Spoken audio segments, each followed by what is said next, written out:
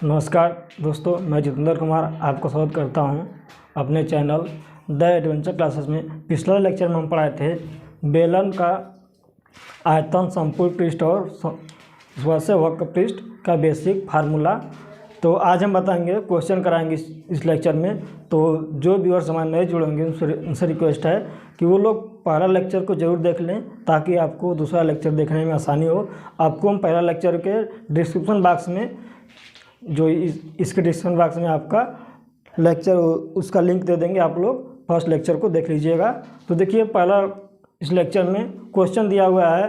पहला क्वेश्चन दिया गया है कि एक बेलन का आधार क्या है, आधार का क्षेत्र किसका है। ये देखिए, बोर्ड क्लास 9 और 10 यूपी बोर्ड के 9 और 10 में दोनों में क्वेश्चन बेलन और दिया गया। ठीक, तो 9 के भी बच्चों के लिए इंपॉर्टेंट है और कक्षा 10 के लिए, उन दोनों लोगों के लिए दिया गया कि बेलन के आधार का क्षेत्रफल क्या है, 16 क्या है सेंटीमीटर स्क्वायर। क्या दिया गया है, 16 सेंटीमीटर स्क्वायर।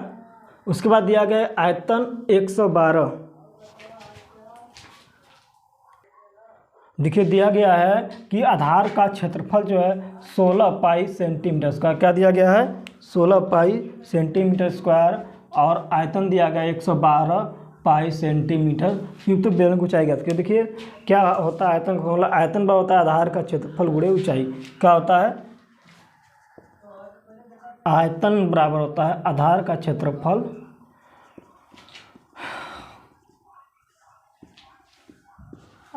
क्षेत्रफल गुणे हो क्या होता है, ऊंचाई। क्या होता है, आयतन क्या होता है, आधार का क्षेत्रफल गुणे ऊंचाई। आपने आयतन दे दिया गया है यहाँ का 112 पाई। क्या दिया गया है, 112 पाई सेंटीमीटर क्यूब। क्या दिया गया है, आयतन 112 पाई सेंटीमीटर क्यूब।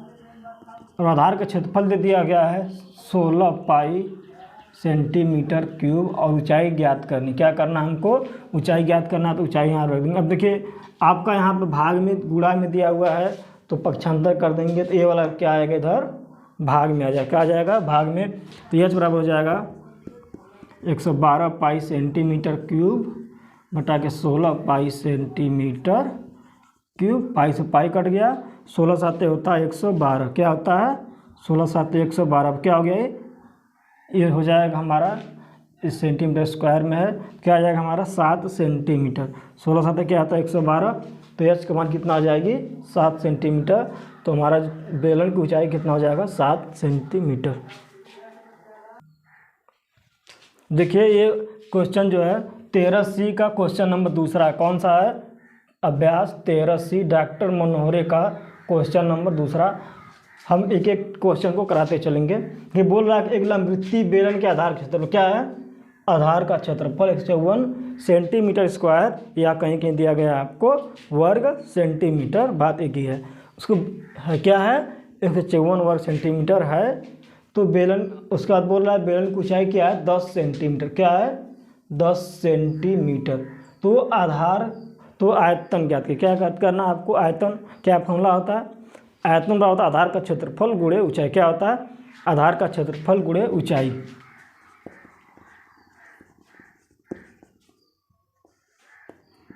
आधार का क्षेत्रफल गुणे ऊंचाई।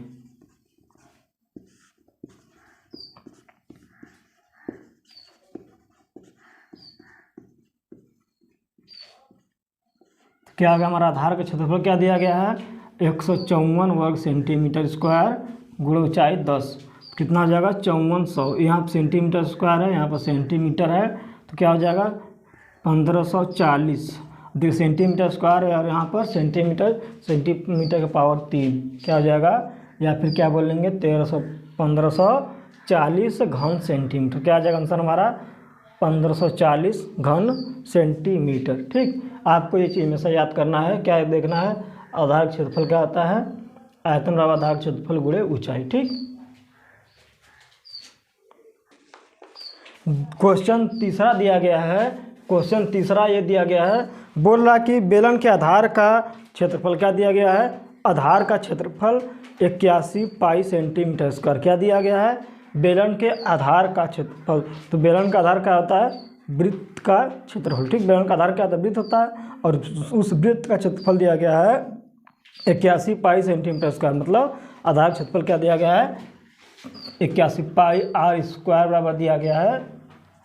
क्वेश्चन नंबर तीसरा है, ये कौन सा नंबर है, क्वेश्चन नंबर तीसरा, 81 पाई सेंटीमीटर। उसके बाद बोल रहा है कि यदि ऊंचाई क्या है 14 सेंटीमीटर, क्या दिया गया ऊंचाई 14, यच बराबर क्या दिया गया है 14 सेंटीमीटर, तो उसका वक्र पृष्ठ ज्ञात कीजिए। क्वेश्चन तीसरा यह है कि आधार का क्षेत्रफल 81 पाई सेंटीमीटर स्क्वायर, एच का मान 13 सेंटीमीटर और 14 सेंटीमीटर, तो उसका ऊंचाई क्या पूछ रहा है, उसका वक्र पृष्ठ का होता है 2 पाई आर इंटू एच। अब देखिए वक्र पृष्ठ क्या होता है, वक्र पृष्ठ होता क्या होता है, अब हमको वक्र पृष्ठ ज्ञात करना है, क्या होता है 2 पाई आर एच, क्या होता है बेलन का वक्र पृष्ठ 2 पाई आर एच होता है। अब हमको वक्र पृष्ठ निकालने के क्या करना पड़ेगा, हमको त्रिज्या निकालना पड़ेगा, तो यहाँ से हम निकाल देंगे त्रिज्या, ठीक। तो देखिए पाई आर स्क्वायर बराबर दिया है 9, आधार क्षेत्रफल दिया है 21 पाई से पाई आपका कट जाता है यहाँ से, तो आर स्क्वायर बराबर हो जाएगा 81। अब 81 किसका स्क्वायर है 9 का, तो आर का वैल्यू हो जाएगा हमारा 9, क्या हो जाएगा 9 सेंटीमीटर। तो हमारा क्या पूछ रहा है वक्र पृष्ठ का होता है 2 पाई आर एच, वक्र पृष्ठ का हो जाएगा इसको 2 पाई आर इंटू एच। तो हम इस वैल्यू में उठाकर रख देंगे, 2 का मान हो गया 2 रख दिए, पाई का मान 22/7, आर का मान हमारा है 9, ऊंचाई आई है हमारा 14, 7 से 14 कट गया 2 बार में, अब कितना हो गया देखिए, अब हो गया ये आपका 22 गुना का 44 गुना के 88 हो गया, गुणे 9 कितना हो गया हमारा 9 8 72 के 2 हाथ में गया 7, 9 8 72 7 कितना हो गया 79, कितना हो गया 7, 9 8 72 के 2 9 8 72 7 79 792। अब देखिए यहाँ पर हो जाएगा सेंटीमीटर स्क्वायर, क्या होता है देखिए एक बीमा और 2 बीमा है, कितना हो जाएगा सेंटीमीटर स्क्वायर। तो क्वेश्चन नंबर तीसरा का आंसर जो हो जाएगा, इसका वक्र पृष्ठ क्या हो जाएगा हमारा 792 सेंटीमीटर स्क्वायर।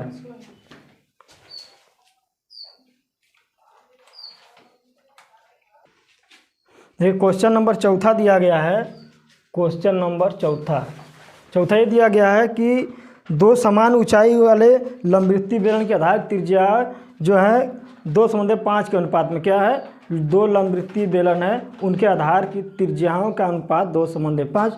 मान लीजिए एक बेलन की त्रिज्या R1 है, क्या है एक बेलन त्रिज्या R1 पहला बेलन की है, और दूसरी बेलन की त्रिज्या मान लेते हैं R2, क्या मान लेते हैं R2, दूसरी बेलन की त्रिज्या R2 मान लेते हैं। उसके बाद बोला है, ये बोला कि 2 समान ऊंचाई है, ठीक।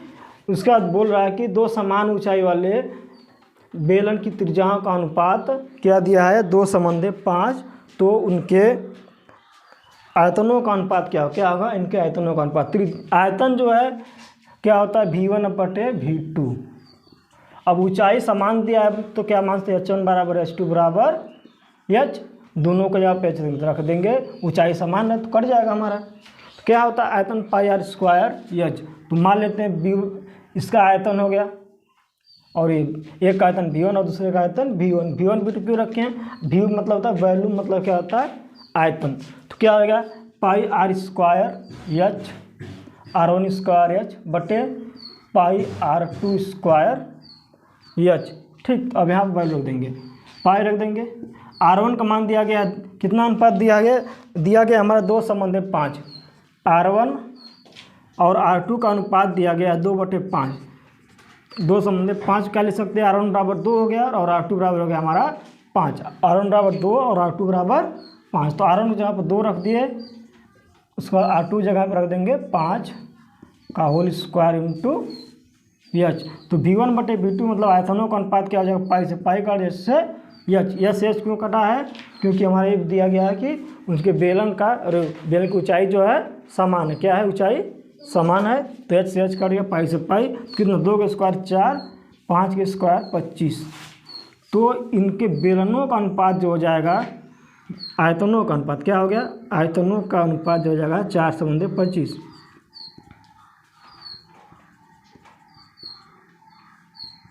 कितना हो जाएगा हमारा 4/25। तो हमारा आयतन का अनुपात जो हो जाएगा हमारा 4/25। देखिए 5वां क्वेश्चन दिया गया है, ये दिया गया कि बेलन का वक्र पृष्ठ जो है 110 सेंटीमीटर स्क्वायर। क्या है, बेलन का वक्र पृष्ठ का दिया गया है 110 सेंटीमीटर स्क्वायर का दिया गया। क्वेश्चन नंबर 5वां में दिया गया है बेलन का वक्र पृष्ठ जो है 110 का दिया गया है हमारा। 110 बेलन का वक्र पृष्ठ जो है मार्कर नहीं चल रहा है, क्या होगा ये 110 सेंटीमीटर स्क्वायर। क्या है, वक्र पृष्ठ दे दिया है 110 सेंटीमीटर स्क्वायर और ऊंचाई जो दे दिया गया है बेलन का 5 सेंटीमीटर था। ऊंचाई जो दिया गया है 5 सेंटीमीटर, तो उसका त्रिज्या ज्ञात करिए। क्या ज्ञात करिए, त्रिज्या। तो बेलन का वक्र पृष्ठ का होता है 2πr/h, 2πr/h। ठीक, वक्र पृष्ठ का होता है हमारा 2πr/h। त्रिज्या पूछ रहा है, त्रिज्या दे दिया, ऊंचाई पूछ रहा है, ऊंचाई पूछ रहा है, h का मान पूछ रहा है। तो h का मान क्या ले लेंगे हम, क्वेश्चन मार्क। अब हम रख देंगे यहाँ पे वक्र पृष्ठ के जगह पर इस वैल्यू कर देंगे। वक्र पृष्ठ क्या दिया गया है 110 बराबर क्या हो गया 2πr/h के। तो क्या हो गया यहाँ पे 2πr/h बराबर 110, कोई फर्क नहीं पड़ेगा चेंज करने पे इधर उधर। तो 2 गुणे पाई का मान 22/7। आर का मान हमको याद करना है, एच का मान दिया गया है। अरे हाँ, त्रिज्या मान पूछ रहा है। क्या है, ऊंचाई 5 सेंटीमीटर, तो त्रिज्या का मान पूछ रहा है। ठीक, त्रिज्या मतलब आर बराबर क्वेश्चन मार्क एच लिख दिए थे यहाँ पे। तो एच का मान, आर का मान पूछ रहा है। एच बराबर दिया गया हमारा 5 सेंटीमीटर, बराबर हो गया हमारा 110। अब देखिए 22 दूना 44, ठीक, 44 बचे हो गया हमारा 220। 44 में अगर 5 गुणा करेंगे तो 20 हो गया 220। तो यहाँ पर हो जाएगा 220/7 इंटू आर बराबर 110। तो आर का मान कितना हो जाएगा, हमारे इधर गुणा हो जाएगा, क्या हो गया यहाँ पे, इधर आकर गुणा है तो 11×7=77 हो जाएगा। यहाँ पे 770 बराबर हो जाएगा 220 इंटू आर, 0 से 0 कट जाएगा। अब देखिए आर बराबर के 77/22 का आ जाएगा 70/22। अब 11×7=77, 11 दूना के 22 कट जाएगा। यहाँ पे क्या हो गया 11/2, 7/2, 11×7=77, 11 दूना के 22। आर का मान कितना होगा 7/2, क्या लिख सकते हैं हम इसको 3.5 सेंटीमीटर। क्या हुआ 3.5, जिसको हम अपने भाषा में बोलते हैं 3.5। तो क्या हो गया हमारा त्रिज्या का मान जो हो जाएगा हमारा 3.5 सेंटीमीटर हो जाएगा। देखिए दिया गया है, बोल रहा कि यदि रोलर का व्यास, ये क्वेश्चन नंबर 6, क्वेश्चन नंबर ये 6वां है। बोला कि यदि रोलर का व्यास जो है 120 सेंटीमीटर है। ठीक, अब 120 सेंटीमीटर है तथा ऊंचाई जो है 84 सेंटीमीटर। कितना है 84 सेंटीमीटर है। तो वह एक चक्कर में कितनी जगह समतल करेगा। अब देखिए जब भी बात आएगी समतल करने की बात, तो कोई भी चीज़ समतल बेलन कितना करेगा, अपने वक्र पृष्ठ के बराबर जो है एरिया को क्या करेगा, वह समतल करेगा। कितना के बराबर, वक्र पृष्ठ। ऐसा पूछ रहा है, क्या पूछ रहा है, मतलब आपको संपूर्ण पृष्ठ पूछ रहा है। क्या पूछ रहा है, अरे वक्र पृष्ठ। तो देखिए यहाँ पर व्यास दिया गया है, तो व्यास बराबर 60 दिया, त्रिज्या कितना हो जाएगा 60/2, कितना हो जाएगा, अरे हाँ 120 दिया है, त्रिज्या कितना हो जाएगा 120/2, मतलब त्रिज्या हमारा हो गया 60 सेंटीमीटर। व्यास का आधा होता है त्रिज्या, व्यास 120, त्रिज्या 60 हो जाएगा। और ऊंचाई दिया गया है 84 सेंटीमीटर। कितना दिया गया है 84 सेंटीमीटर। तो कितना जगह समतल करेगा, क्या पूछ रहा है, वक्र पृष्ठ। क्या पूछ रहा है, एक चक्कर में अपने वक्र पृष्ठ के बराबर कोई बेलन किसी जगह को समतल करेगा। ठीक, तो वक्र पृष्ठ क्या होता है 2πr/h 2×22/7। आर का मान हमारा आ गया 60, त्रिज्या का ऊंचाई कितना दिया है 84। अब देखिए 12 साते होता है 84, 7 से कट गया 12 बार में, और 12 छक्का 72, 22 गुना के 44 गुणे 12 छक्का 72, 720। अब 720 में गुणा कर देंगे 44 का, तो 720 गुणे 44, 720 गुणे 44 कर देंगे, कितना है 4 हो गया हमारा ये, अरे 4 से 0 हो गया, और 2 चौके 8 हो गया, और 7 चौके 28, तो 0 8 8 और 2 कितना 0 8 2 8 8 16 के 4 गया, और 2 9 और 10 11 के 1 हाथ में 1 2 1 3, तो 31,608 सेंटीमीटर स्क्वायर कितना हो जाएगा 31,680 सेंटीमीटर स्क्वायर एरिया को क्या करेगा, जगह करेगा समतल। क्वेश्चन पूछ रहा है यदि एक रोलर का व्यास जो 120 सेंटीमीटर, ऊंचाई 84 सेंटीमीटर है, तो एक चक्कर में कितना जगह को समतल करेगा। तो ऐसा कुछ जब पूछेगा समतल करने का मतलब अपने वक्र पृष्ठ के बराबर क्या है, एरिया को समतल करेगा। तो वक्र पृष्ठ क्या होता है 2πr/h, क्या होता है वक्र पृष्ठ 2πr/h 2×22/7। आर का मान रख दिए हम यहाँ पे 84, ऊंचाई का मान रख दिए 60, और आर का मान 60 है, ऊंचाई 84 सेंटीमीटर, तो अब कट जाएगा यहाँ पे 7 से 84 12 बार चला गया, तो 22 गुना 44 गुणे 720 कर देंगे, कितना जाए 31,680 सेंटीमीटर स्क्वायर। क्या जाएगा हमारा आंसर 31,680 सेंटीमीटर स्क्वायर। देखिए दिया गया क्वेश्चन नंबर 7वां, दिया गया कि सिद्ध करो कि बेलन के आयतन का 2 गुना, बेलन के आयतन का 2 गुना उसके वक्र पृष्ठ और आधार त्रिज्या के गुणनफल के बराबर होता है। देखिए बेलन इसको सिद्ध करना है, ठीक, तो बेलन का सिद्ध क्या करना है कि बेलन के आयतन का 2 गुना, बेलन का आयतन क्या होता है, बेलन का आयतन क्या होता है हमारा πr²h, ठीक, πr²h बोल रहा है बेलन का आयतन का 2 गुना, क्या जाएगा हमारा पे 2πr²h। हमारा ये कंडीशन दे दिया गया क्वेश्चन 1, इसको हम मान लेंगे लेफ्ट हैंड साइड, मान लो ये हमारा दिया गया 2πr²h। उसके बाद बोल कर रहा है सिद्ध कीजिए कि उसके वक्र पृष्ठ और त्रिज्या के गुणनफल के बराबर होता है। क्या होता है, सिद्ध करना है कि उसके वक्र पृष्ठ और आधार त्रिज्या के गुणनफल के बराबर होता है। तो देखिए बेलन का वक्र पृष्ठ का होता है हमारा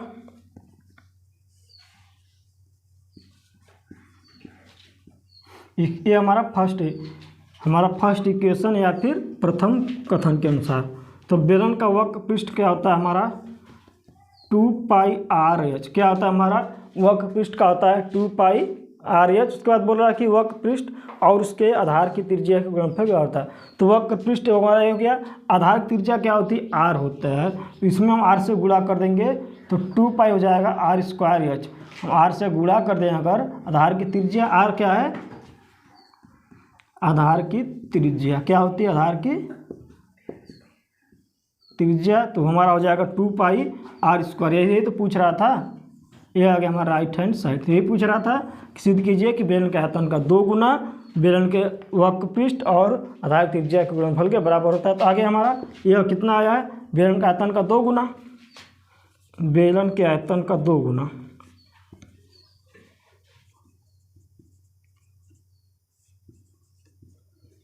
बेलन के आयतन का 2 गुना कितना है 2πr²h किसके बराबर है, वक्र पृष्ठ और आधार त्रिज्या गुणनफल। वक्र पृष्ठ का हमारा है 2πr × r, गुणा कर देंगे 2πr/h × r गुणा कर देंगे, कितना है 2πr²h।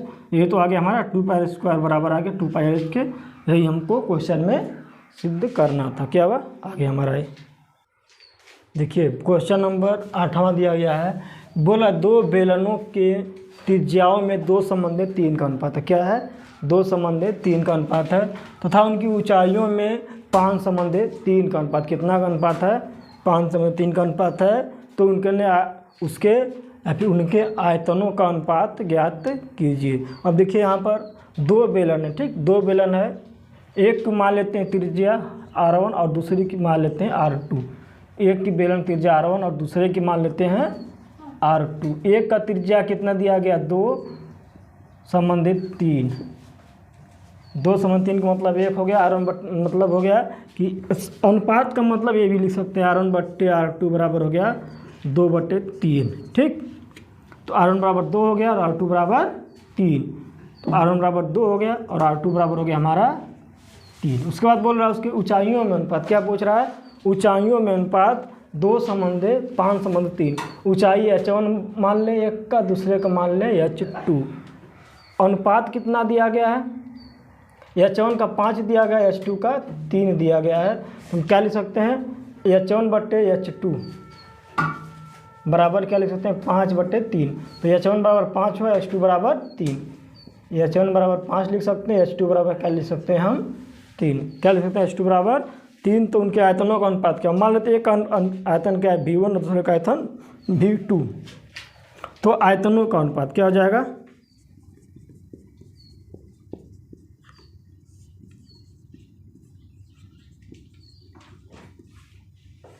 तो पहले बेलन का आयतन बटे दूसरे बेलन का आयतन।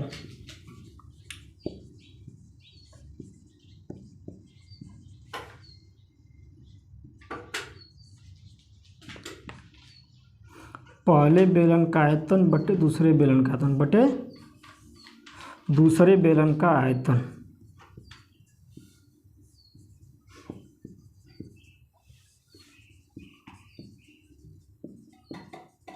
ठीक, पहले बेलन का आयतन क्या होगा? πr²h।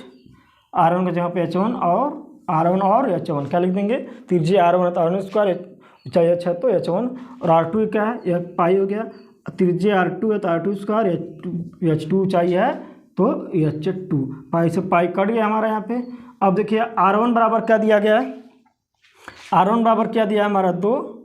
ठीक, और यह 2 हो गया का स्क्वायर। और h1 बराबर क्या दिया गया यहाँ पर? 5। क्या दिया गया? 5।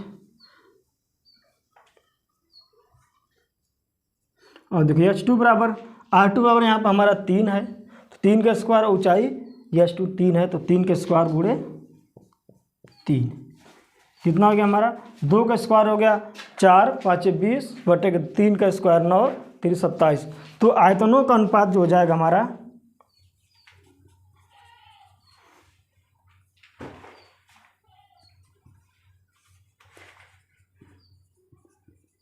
आयतनों का अनुपात जो हमारा हो जाएगा क्या हो जाएगा?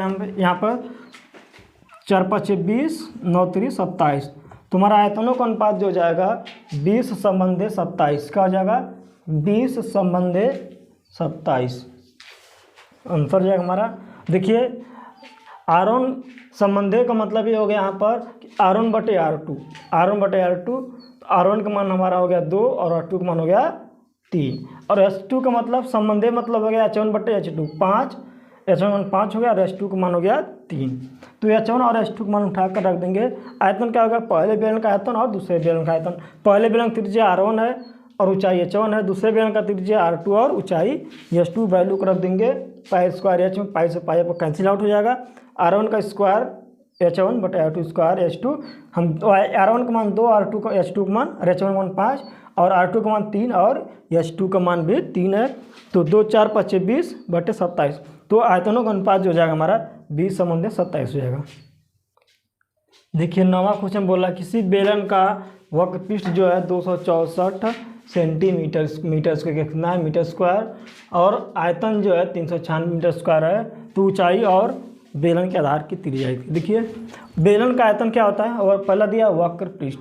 तो वक्रपृष्ठ का होता है हमारा, वक्रपृष्ठ होता है 2πr(h). क्या होता है? वक्रपृष्ठ 2πr(h). कितना दिया गया हमारा? 264 मीटर स्क्वायर। ठीक, 2πh बराबर हो गया हमारा 264। उसके बाद बोल रहा है आयतन। उसका क्या दिया गया? आयतन। आयतन क्या होता है हमारा? πr²। यह इसको क्वेश्चन 1 मान लें। बराबर कितना है? 396 मीटर क्यूब। 2 मान लें। तो क्या पूछ रहा है? आधार त्रिज्या और ऊंचाई। तो क्या कैसे निकलेगा, हम इस वाले वैल्यू में आर स्क्वायर यहाँ पर है, इस वाले में देखिए एक आर है, यहाँ पर 2 आर है, तो अगर 2 आर वाले से भाग देंगे तो कोई ना कोई आर की वैल्यू बच जाएगी। अगर इस इक्वेशन 1 को समीकरण 2 को समीकरण 1 से भाग देने पर क्या करिए, आपको समीकरण 1 से भाग देने पर क्या आएगा, भाग दे देंगे तो आपका आ जाएगा पाई आर स्क्वायर एच बटे 2 pi r h. Pi r square का मान कितना हमारा है 396 और इसका कितना हमारा है 264। देखिए एच से एच कट जाएगा, पाई से पाई कट जाएगा, आर से आर कट जाएगा, एक आर यहाँ पर बच जाएगा। कितना आ गया हमारा आर बटे 2, कितना आ गया आर बटे 2 बराबर हो गया हमारा। अब देखिए 296 है, नीचे 64 तो शायद कट जाएगा 11 से, देखिए कट जाएगा 11 यहाँ 33, 3 बार क्या 6 हो गया, 11 6 का 66। ठीक, अब देखिए 11 दुना के 22, 4 बचा, 11 चौके 44। अब फिर कट जाएगा शायद ये 6 से कट जाएगा तो हो जाएगा हमारा क्या 6 हो जाएगा, 9 से काटिए 6 से कट जाएगा 6 66 और 6 बटा के 4, 6 चौका 24 और 2 से काटे 3 बटा के 2, कितना हो गया आर बटे 2 बराबर हो जाएगा 3 बटा के 2। अब देखिए यहाँ पर 2 आर बराबर 6 हो जाएगा तो आर बराबर हो जाएगा हमारा पर 3 सेंटीमीटर। यहाँ पर तीजे गुणा कर देंगे तो आर का वैल्यू हो जाएगा 3 सेंटीमीटर। अब इस वैल्यू को उठाकर किसी में चाहे इसमें रख देंगे तो हमारा इसका मान या तो त्रिज्या हमारा आ गया, आधार त्रिज्या हमारा 3 सेंटीमीटर।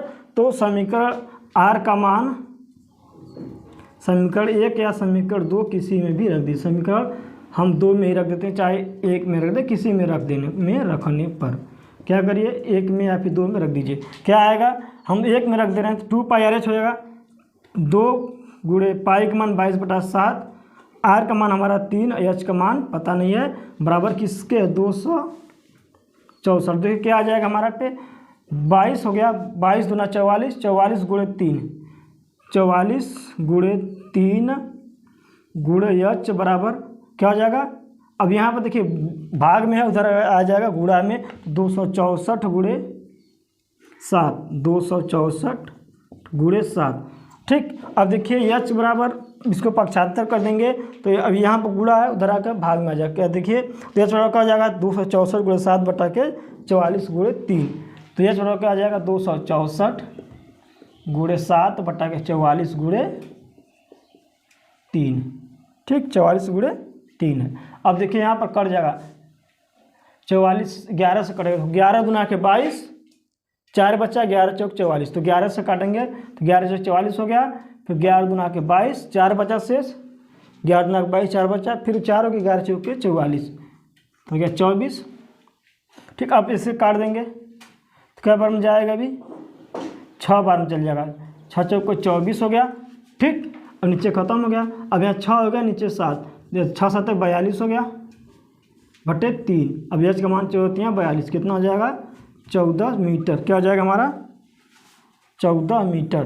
तो ऊंचाई जो हो जाएगी हमारा 14 मीटर। देखिए एक बार फिर समझिए, क्वेश्चन नंबर 9 दिया गया है कि बेलन के आधार का बेलन का वर्कपीस दिया 264 सेंटीमीटर स्क्वायर, आयतन 396 मीटर स्क्वायर, तो आधार की त्रिज्या और ऊंचाई ज्ञात कीजिए। तो इसमें देखिए आपको अब बेलन का वर्कपीस क्या होता है 2 पाई आर एच, क्या होता है 2 पाई आर एच बराबर होता है हमारा दिया गया है वर्कपीस 264 मीटर स्क्वायर। अब आयतन दिया है पाई आर स्क्वायर, क्या होता है पाई आर स्क्वायर का मान कितना है 396।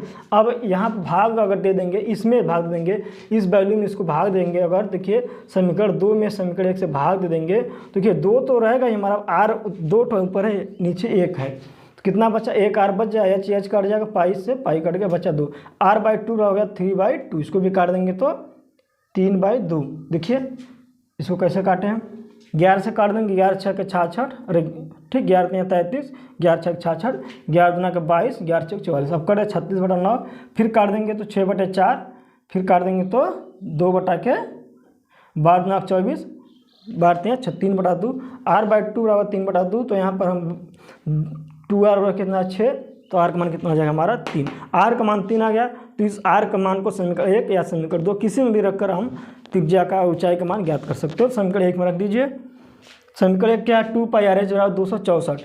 ठीक, 2 रख दिए यहाँ पर, एच का मान, आर का मान यहाँ पर हम रख दिए 3, तो 22/7 2×22/7×3×h। अब देखो 22×44 × 3 गुणे h बराबर क्या, अब देखिए यहाँ पर गुणा है, उधर पक्षांतर कर दिए, किसमें आ गया, भाग में, क्या आ गया, पक्षांतर कर दिए।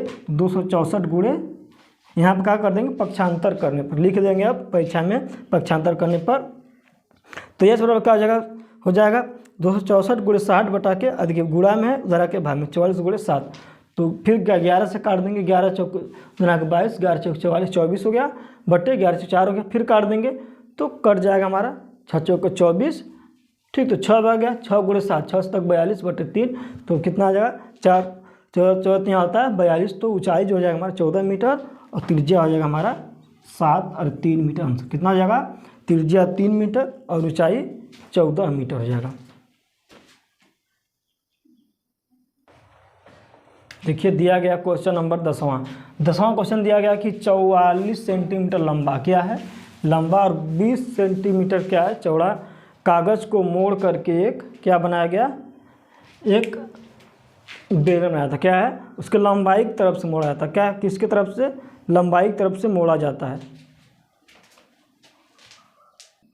और देखिए बोल रहा कि इसको किसके तरफ से, लंबाई की मोड़ने पर, लंबाई की ओर से मोड़ने पर, क्या है, लंबाई की मोड़ने पर बेलन बनाया था, ठीक। अब इसको देखिए दिया गया है, मान लेते हैं कि एक क्या है 44 सेंटीमीटर लंबा, क्या है 44 सेंटीमीटर लंबा है, क्या है, लंबाई दिया गया हमारा,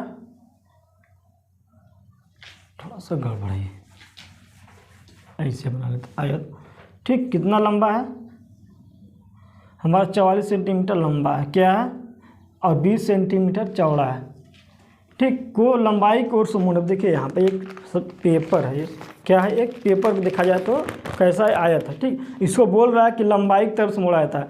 हमारा ये लंबाई यहाँ से यहाँ तक हो गया, ये लंबाई वाला था और ये चौड़े, लंबाई की ओर मतलब ये ऐसे मोड़ रहे हैं, कैसे मोड़ रहे हैं, इस तरह से, ठीक।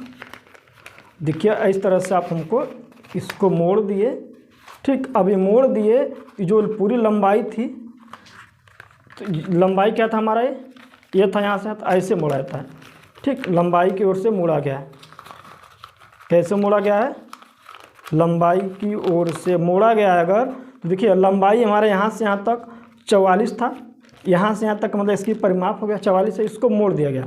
अब एक जो सीधा रेखा था, रेखा जब क्या बन गया, ये देखिए ऐसे एक वृत्त के आकार का बन गया, क्या बन गया, वृत्त के आकार का बन गया।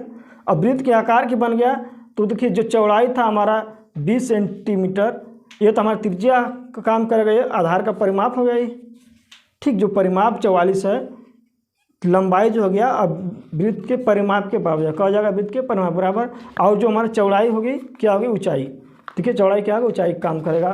तो ऐसा जब भी मोड़ा जाएगा, अब इसको मोड़ देंगे अगर ऐसे, क्या होगा, ये हमारा लंबाई काम करेगा और ये वाला चौड़ाई क्या, त्रिज्या काम करेगा। तो देखिए जिधर से मोड़ा जाएगा, अगर चौड़ाई की तरफ से मोड़ते तो चौड़ाई वाले को 2 पाई के बराबर करते, और लंबाई की तरफ से मोड़ रहे हैं तो लंबाई को 2 पाई के बराबर कर देंगे। 2 पाई आर मतलब वृत्त का परिमाप, ठीक। जिसको भी अगर आयत है उसको वो मोड़ेंगे, जिधर से मोड़ेंगे तो क्या वृत्त का आकार का बन जाएगा। तो वृत्त का परिमाप क्या होता है 2 पाई आर। क्यों ऐसा क्यों परिमाप करते हैं, जो हमारी लंबाई वृत्त की थी उसी को तो मोड़ कर बनाया गया, तो लंबाई चेंज नहीं होगा। तो मोड़ने का मतलब ये हो गया आपका परिमाप, वृत्त का परिमाप 2 पाई आर किसके बराबर जाएगा, 44 के बराबर जाएगा। किसके बराबर जाएगा, लंबाई की तरफ से मोड़ा 44, अगर चौड़ाई की तरफ से मोड़ा जाता तो 20 रखते, और ये वाला तब हमारा ये तभी हमारा ऊंचाई काम करता है, चौड़ाई काम करता है। लेकिन अब यहाँ पर हमारा लंबाई की तरफ से मोड़ रहा है, 2 पाई आर के बराबर 44, तो आर बराबर कितना हो जाएगा 44, अब हो जाएगा 2 पाई का मान 7 इंटू आर बराबर क्या हो गया 44। आर का मान कितना हो जाएगा 44 गुणे 7 बटा के 2 पाई आर, कितना 2 गुणे पाई का मान 22/7 गुणे आर बराबर कितना 44।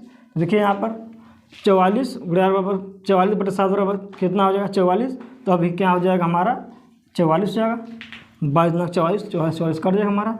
आर का मान कितना आ गया 7 सेंटीमीटर। आर का मान कितना है 7 सेंटीमीटर। तो बेलन का आयतन, तो बेलन का आयतन क्या होता है पाई आर स्क्वायर, एच का होता है प्राप्त बेलन का आयतन, ठीक। तो त्रिज्या हमें पता चल गया, आयतन निकल जाएगा।